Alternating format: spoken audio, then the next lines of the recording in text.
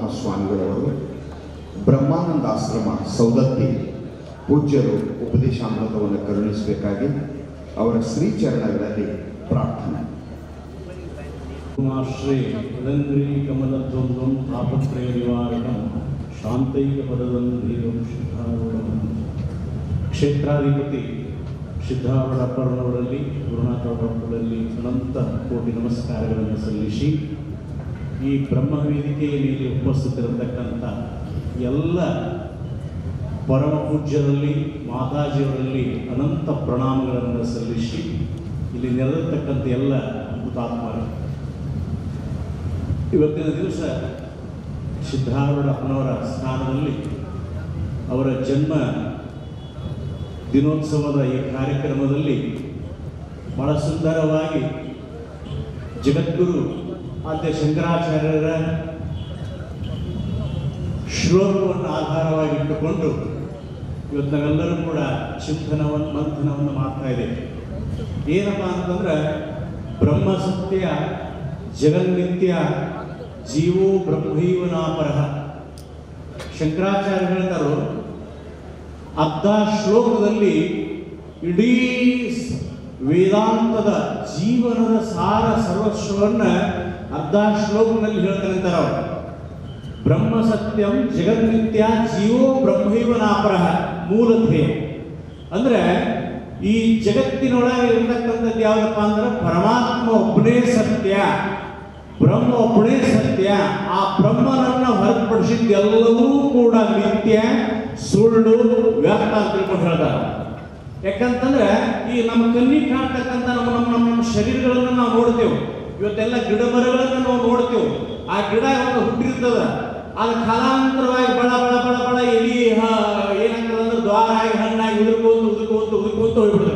ಆ ಗಿಡಕ್ಕೆ ಅನಿಸ್ತದ ನನಗೆ ಇಷ್ಟೆಲ್ಲ ಗೊಬ್ಬರ ನೀರು ಮಣ್ಣು ಎಲ್ಲ ಕೊಟ್ಟು ಬೆಳೆಸಿದ್ರು ಹಚ್ಚ ಹಸಿರಾಗಿ ಎಲ್ಲವೂ ಮಲ ಮಲ ಮಲ ಅನ್ನೋಂಗ ಆದ ತಕ್ಷಣ ನನ್ನಲ್ಲಿರ್ತಕ್ಕಂಥ ಎಲಿಗಳು ಎಲ್ಲವೂ ಕೂಡ ಹಣ್ಣಾಗಿ ಒಲಿಗೆ ಫಳ ಫಳ ಫಳ ಫಳ ಉಚ್ಚಿ ಹೋಗ್ತಾ ಇದ್ದಲ್ಲ, ಉದುರು ಹೋಗ್ತಾ ಇದ್ದಲ್ಲ, ನನ್ನ ಕೈ ಬಿಟ್ಟು ಹೋಗ್ತಾ ಇದ್ದಲ್ಲ ತಿಳ್ಕೊಂಡು ಆ ಒಂದು ಮರಕ್ಕೆ ಅನಿಸ್ತದ.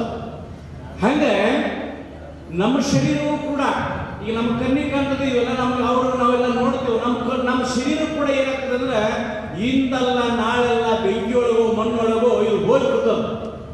ಯಾಕಂತಂದ್ರೆ ಯಾವುದು ವಿಕಾರವಾಗೋಂತ ಹೋಗ್ತದಲ್ಲ ಅದು ನಮ್ಮ ಕೈಯಾಗಿ ಏನಿರೋದಿಲ್ಲ. ಯಾವುದು ವಿಕಾರವಾಗಿರ್ತಕ್ಕಂಥದ್ದು, ಯಾವುದು ನಿರ್ವಿಕಾರವಾಗಿರ್ತಕ್ಕಂಥದ್ದು ಆತ್ಮ ಏನೈತಲ್ಲ, ಆ ಆತ್ಮನ ನಾವದೇ ಹೊರತು ಆತ್ಮನನ್ನು ಹೊರತುಪಡಿಸಿದ್ದು ಎಲ್ಲವೂ ಕೂಡ ಸುಳ್ಳ ಮಿಥ್ಯಾ ಅಂತ ತಿಳ್ಕೊಂಡು ಜಗದ್ಗುರು ಶಂಕರಾಚಾರ್ಯ ಹೇಳ್ತಾರೆ. ಯಾಕಂದ್ರೆ ಈ ಶರೀರ ತಾಯಿ ಗರ್ಭದೊಳಗಿದ್ದಾಗ ಒಂದು ರೀತಿ ಇರ್ತತಿ. ಅಸ್ಥಿ ಜಾಯತೆ ವರ್ಧತೆ ಅಪರಿಣಮತೆ ಅಪಕ್ಷಯತೆ ವಿನಶ್ಯತೆ.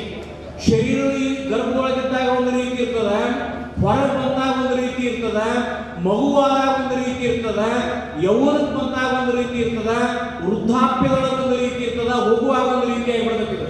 ವಿಕಾರ ಹಾಕೊಂತ ಹೋಗಿಬಿಡ್ತದೆ.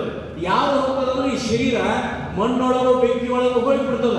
ಹಂಗಾದ್ರೆ ನಮ್ಮ ಕೂಡ ಉಳಿದ ಯಾವುದು ನಿತ್ಯವಾದದ್ದು ಯಾವುದು ಉಳಿತಪ್ಪ ಅಂದ್ರೆ ಆತ್ಮ ಮಾತ್ರ ಉಳಿಕೆ ಹೊರತು ಆತ್ಮನನ್ನ ಹೊರತುಪಡಿಸಿದ ಎಲ್ಲವೂ ಕೂಡ ಏನಾಗ್ತದೆ ಬೆಂಕಿಯೊಳಗೋ ಮಣ್ಣೊಳಗೋ ಹೋಗ್ಬಿಡ್ತದೆ ನಮ್ಮ ಕೈ ಬಿಟ್ಟು.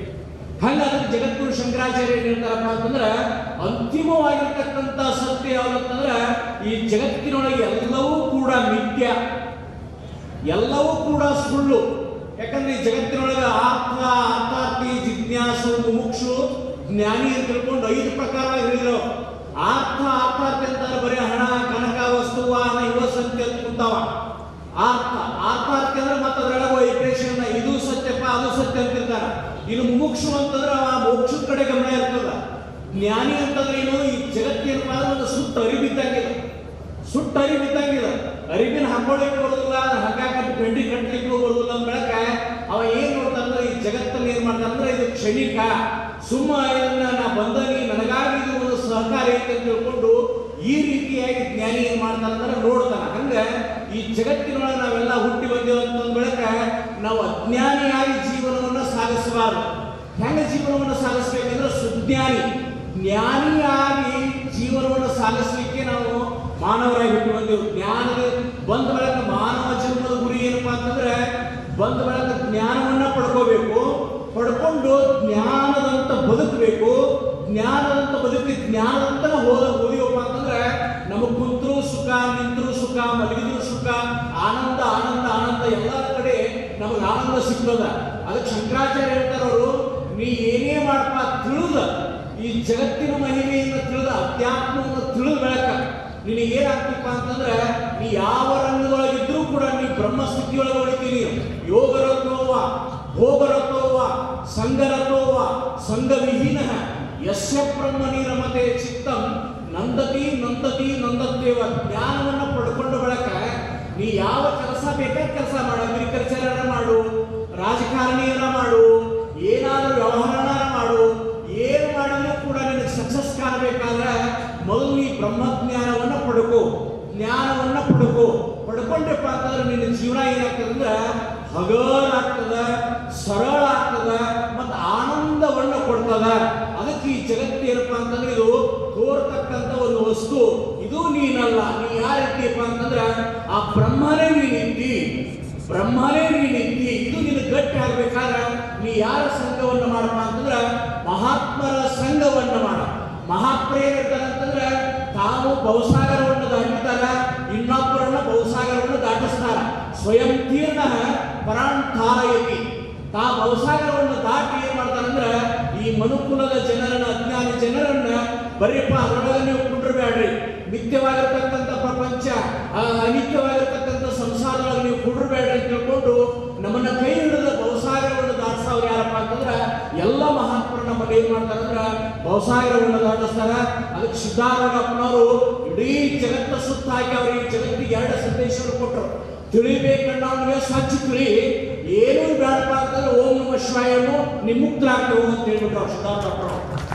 ಅದಕ್ಕೆ ಇವತ್ತು ಭಾರತ ದೇಶದೊಳಗೆ, ಕರ್ನಾಟಕ ಪ್ರದೇಶದೊಳಗೆ ಜಾತ್ಯಾತೀತ ಮಠ ಅನ್ನೋದು ಯಾವ್ದಾದ್ರು ಈ ಭೂಮಿಯೊಳಗಪ್ಪ ಅಂತಂದ್ರೆ ಅದು ಸಿದ್ಧಾರೂಢ ಮಠ ಅಂತ ಹೇಳ್ಕೊಂಡು ಹೇಳ್ಬೇಕಾಗತ್ತೆಲ್ಲ.